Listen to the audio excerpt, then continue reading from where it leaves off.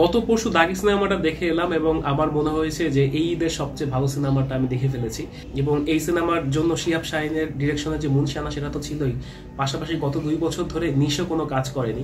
So নিশোরও কামব্যাকের যে একটা খিদে, এই দুটো জিনিস একত্র হয়ে পাশাপাশি একটা সুন্দর গল্প, দারুণ কিছু লোকেশন, সবকিছু মিলিয়ে দাগি একটা ম্যাজিক্যাল জার্নি হিসেবে আমার কাছে লেগেছে। আমরা যখন বাংলাদেশে কোনো একটা সিনেমা রিভিউ করতে বসি, আমরা সবসময় বলি যে বাংলাদেশি সিনেমার হিসাবে এটা এমন, বা বাংলাদেশি সিনেমার বাজেট, বাংলাদেশি সিনেমার সীমাবদ্ধতা সাপেক্ষে আমরা রিভিউগুলো দিতে থাকি। কিন্তু দাগি সিনেমা দেখে আপনার বারবারই মনে হবে যে এটা যে কোনো বিচারে বৈশ্বিক সিনেমার সাথে পাল্লা দিয়ে এগোতে পারে। বিশেষ করে সিনেমার শুরু থেকে শেষ পর্যন্ত কিছু অংশ বাদ দিয়ে, যেগুলো আসলে অডিয়েন্সের কথা বিবেচনা করে, কিছু কমার্শিয়াল এলিমেন্টসের কথা বিবেচনা করে আনা হয়েছে, বাট সেই সব অংশ বাদ দিয়ে যদি পুরো সিনেমাটাকে আমি বিশ্লেষণ করি, এটা কোনো অংশে আসলে মালায়ালাম ইন্ডাস্ট্রি সিনেমার সাথে কম না। বিশেষ করে ফার্স্ট হাফে যেভাবে গল্পটা এগিয়েছে, যে গল্প আমরা দেখবো যে নিশান নামের একজন মানুষ যে একটা খুনের মামলার আসামি হয়ে 14 বছর জেল খেটে বের হয়েছে, এবং এই জেল খেটে বের হওয়ার পর তার পরিবার, তার সমাজ, তার আশেপাশে মানুষজন তাকে যেভাবে ট্রিট করছে, তার আগের অপরাধটাকে নিয়ে যেভাবে এখনো তাকে হন্ট করা হচ্ছে, বা সে যে একটা স্বাভাবিক জীবনে ফিরতে চাইছে কিন্তু যেই স্বাভাবিক জীবনে তাকে কেউ ফেরাতে চাইছে না, এই যে তার যে একটা কনফ্লিক্ট সব দিক থেকে তাকে চেপে ধরছে, এবং তার সাথে তার যে অতীত লাইফের যেটা ট্রমা, সবকিছু মিলিয়ে যে একটা জার্নি, এরকম গল্প কিন্তু আমরা মালায়ালাম ইন্ডাস্ট্রিতে দেখেছি, যে একটা খুব ছোট জায়গা থেকে শুরু হয়ে গল্পটা আস্তে আস্তে অনেক বড় হয়। বাংলাদেশের সাপেক্ষে সেটা হয়তো শেষ পর্যন্ত করা যায়নি, কিন্তু তবু যতটুকু যা হয়েছে সেটাকে আমি আসলে ভালো বলা ছাড়া আর কিছু বলার উপায় নেই। এবং যদি অত্যুক্তি না করি বলি, গত 5 থেকে 7 বছরে যে কয়টা সিনেমা দেখেছি বাংলাদেশি সিনেমা, সেগুলোর মধ্যে যদি আমি তালিকা করি তাহলে প্রথম 5-এর মধ্যে অবশ্যই আমি দাগিকে রাখবো। এবং যারা এই সিনেমাটা দেখেছেন তারা বোধহয় সবাই আমার কথার সাথে একমত হবেন যে সিনেমার যেটা শুরু থেকে শেষ পর্যন্ত সবার খুব নির্মেল পারফরমেন্স, টপ নচ পারফরমেন্স, এবং সেখানে সাউন্ডের কাজ থেকে শুরু করে, সিনেমাটোগ্রাফির কাজ থেকে শুরু করে, সেখানে ডায়ালগ থেকে শুরু করে, সেখানে গল্পের বিন্যাস থেকে শুরু করে সবকিছু এতটা মাপা, এতটা পরিচালিত, খুব ম্যাচিউরড একটা কাজ হিসেবে আমি দাগিকে রাখবো। এবং এখানে আরেকটা জিনিস আমার খুব ভালো লেগেছে, সেটা হচ্ছে যে যারা এখানে অভিনয় করুক না কেন, সে যদি 2 মিনিটের জন্য আসে, তার যে ক্যারেক্টারের মধ্যে যে কমপ্লেক্সিটি, এবং সেই কমপ্লেক্সিটিটাকে এত সুন্দরভাবে নিয়ে আসা, এই ব্যাপারটা খুব ভালো ছিল। নিশোর চরিত্রে আপনি কিছু অংশে দেখবেন অসহায়ত্ব, কিছু অংশে দেখবেন অ্যাগ্রেশন, কিছু অংশে দেখবেন হতাশা, কিছু অংশে দেখবেন সবকিছু হারিয়ে ফেলার একটা ব্যথা। এই ব্যাপারটা খুব ভালো ছিল। তমা মির্জা অভিনয় কিছু কিছু অংশে ভালো, যদিও আমার মনে হয়েছে সুরঙ্গের পর আবার ব্যাক টু ব্যাক আরেকটা সিনেমায় নিশোর সাথে একই ধরনের চরিত্রে অভিনয় করা বোধহয় ঠিক হয়নি। বাট এতটুকু বাদ দিলে তমা মির্জা অভিনয় খুব দারুণ, এবং এখানে গাজী রাকায়াতের অভিনয় খুবই অসাধারণ, এবং সে বাকিদের সাথে পাল্লা দিয়ে অভিনয় করেছে।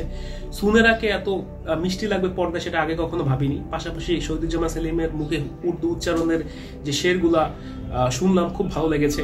এবং রাশেদ মাহমুদ অপুকে একটা লোকাল মাফি হিসেবে যেভাবে দেখানো হয়েছে, এবং সেই চরিত্রটা সে যেভাবে পোর্ট্রে করেছে, দুর্দান্ত। এবং এই বিষয়টা তখনই হয় যখন ডিরেক্টর খুব সুন্দর করে চরিত্রদের মধ্যে থেকে অভিনয়টা বের করে আনেন, এবং এখানেই হচ্ছে ডিরেক্টর একটা মুনশানা, যেটা শিহাব শাহিন খুব দারুণভাবে পুরো সিনেমা জুড়ে দেখিয়েছেন। এ তো গেল পজিটিভ দিকগুলোর কথা, তবে এর বাইরে কিছু দুর্বল দিকও ছিল।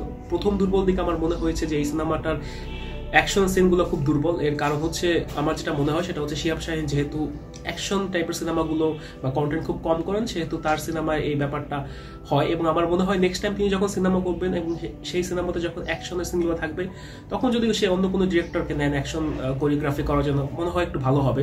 দ্বিতীয়ত হচ্ছে, যেই জেল থেকে দাগি বের হয়েছে, সেই জেলের বোধহয় আরো কিছু পোর্শন থাকতে পারতো, এবং এটার জন্য যদি একটা স্পিন অফ হয় যে নিশো ওই জেলের মধ্যে কিভাবে কি করেছে, বা কেন সে বের হওয়ার পর একটা স্বাভাবিক জীবনে ফিরতে পারছে না, এই ব্যাপারগুলো বোধহয় নিয়ে আসলে আর একটু ভালো হয়। এবং আরেকটা ব্যাপার হচ্ছে যে সুনারার যে পারফরমেন্স বা ক্যারেক্টার আর্ক, সেটা খুব কম সময়ের জন্য ছিল।